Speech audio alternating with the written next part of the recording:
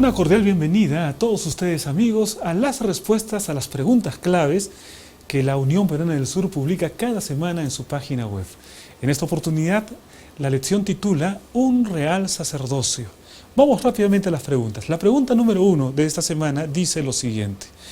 A diferencia del antiguo Israel, la Iglesia actual tiene la responsabilidad de proclamar la gran verdad de la salvación ofrecida en el Señor. ¿Qué les parece esta declaración? ¿Es falsa o es verdadera? Vamos a ver qué es lo que nos dice el día sábado en la tarde. Hay una declaración que dice lo siguiente: la sagrada responsabilidad y el llamado elevado que tienen como pueblo del pacto de Dios, aquellos que, en el lenguaje de Pablo, han sido injertados en el olivo, y entre esas responsabilidades se halla la misma que tenía el antiguo Israel: proclamar la gran verdad de la salvación ofrecida en el Señor. Se trata de la misma responsabilidad. Si nosotros vamos a la pregunta dice, a diferencia del antiguo Israel, la Iglesia actual tiene la responsabilidad. La respuesta es falso, porque se trata de la misma responsabilidad. Tanto en el Antiguo como en el Nuevo Testamento estaba la responsabilidad de proclamar la verdad del Señor. Vamos entonces con la pregunta número 2. Pregunta 2 dice lo siguiente. En la palabra de Dios podemos crecer espiritual y moralmente, porque en ella tenemos la mayor revelación de Jesucristo que es posible obtener. ¿Qué les parece? ¿Falso o verdadero? Vamos a ver qué es lo que dice la lección. La lección tiene un párrafo en el que se menciona lo siguiente. En la palabra de Dios podemos crecer espiritual y moralmente, porque en ella tenemos la mayor revelación de Jesucristo que es posible obtener, al menos para nosotros. La mayor revelación de Jesús se encuentra en la Biblia, en la palabra de Dios. Entonces vamos a ver la respuesta, es verdadero, verdadero.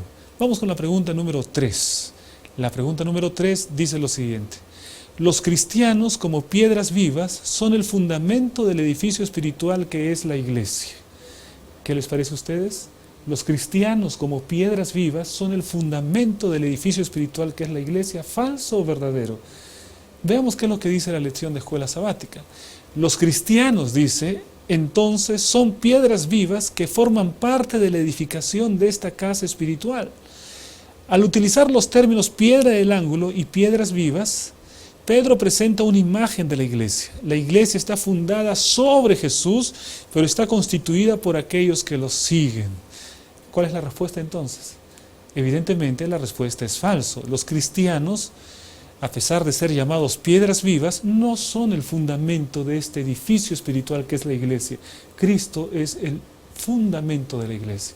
Vamos entonces ahora con la pregunta número 4. Pregunta 4 dice lo siguiente. En toda la Biblia no se registra un solo ejemplo en que se haya realizado un pacto entre un rey y su pueblo. ¿Qué les parece a ustedes? No hay ningún ejemplo de un pacto entre un rey y su pueblo en la Biblia. ¿Qué es lo que dice la lección de escuela sabática? Dice ahí, pacto, berit en hebreo, es una palabra que describe un tratado o un acuerdo formal entre dos partes. Podía celebrarse el pacto entre individuos o entre dos reyes, y también podía celebrarse entre un rey y su pueblo, como fue el caso de David y los ancianos de Israel. Entonces la respuesta es falso, porque la pregunta dice que no hay ningún solo ejemplo, pero encontramos que David y los ancianos de Israel hicieron también un pacto, por lo tanto es falso. Vamos con la pregunta número 5. Los profetas advirtieron a Israel sobre los peligros de la desobediencia a la ley de Dios, a menudo utilizando una terminología asociada al pacto. Los profetas hablaron del pacto y reprendieron al pueblo usando esa terminología del pacto. Veamos qué es lo que dice el día martes la lección. De hecho, dice allí, los profetas advirtieron repetidamente a Israel sobre los peligros de la desobediencia a la ley de Dios, a menudo utilizando una terminología asociada al pacto.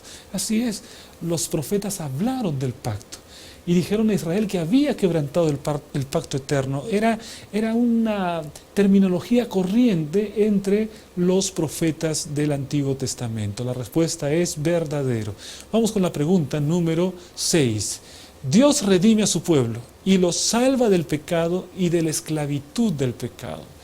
Qué tremenda declaración, ¿no? Vamos a ver la pregunta, la respuesta en el día miércoles. Aquí está el mensaje del Evangelio revelado milenios antes de la cruz.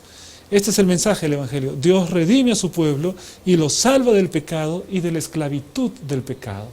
Ah, qué fantástico es nuestro Dios. Entonces la respuesta es verdadero. Verdadero a esta pregunta 6. Vamos con la pregunta número 7. Gracias a Cristo, cualquier persona, independientemente de su origen, puede formar parte del real sacerdocio. ¿Todos podemos formar parte del real sacerdocio? ¿O solamente hay un grupo especial de personas que pueden formar parte del real sacerdocio? ¿Qué es lo que dice la lección?